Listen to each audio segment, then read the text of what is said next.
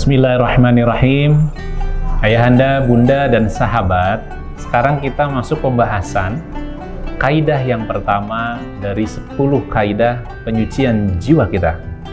Kaidah yang pertama ini adalah tauhid adalah kunci pokok penyucian jiwa.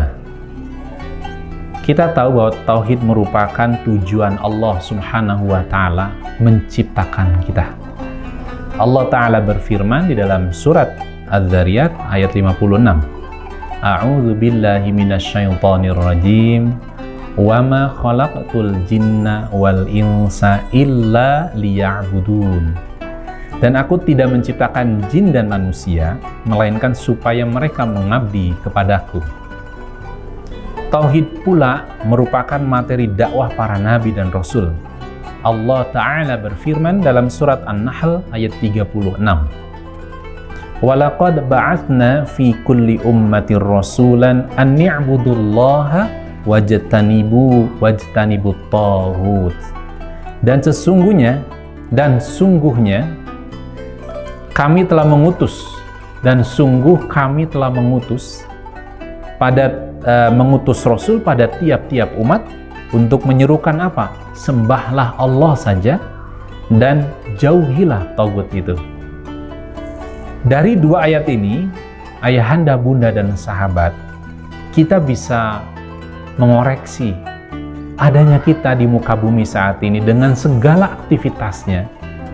Allah mengajak kepada kita untuk apa? Mentauhidkan Allah, mengesahkan Allah dalam setiap amal yang kita lakukan.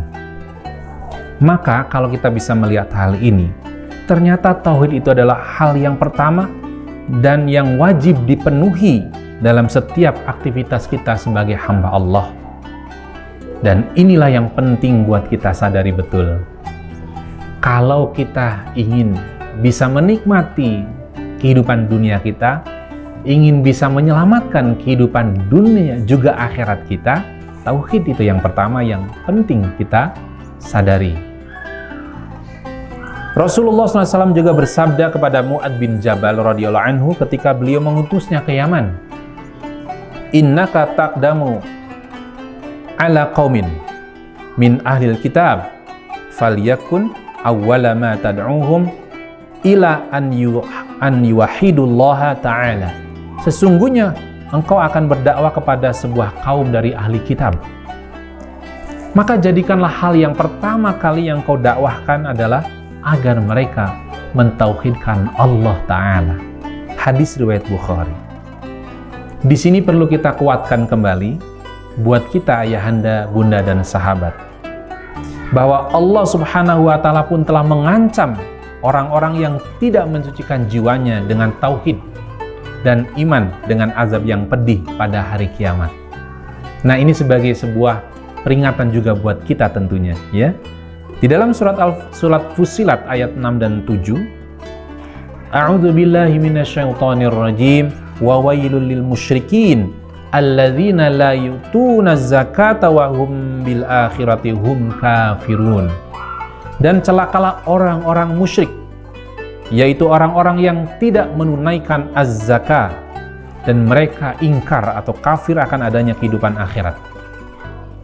Disebutkan dalam Majmu' al-Fatawa saat menafsirkan az-zakah pada ayat ini, Ibnu Taimiyah rahimahullah berkata, tauhid dan iman adalah kunci pokok penyucian jiwa.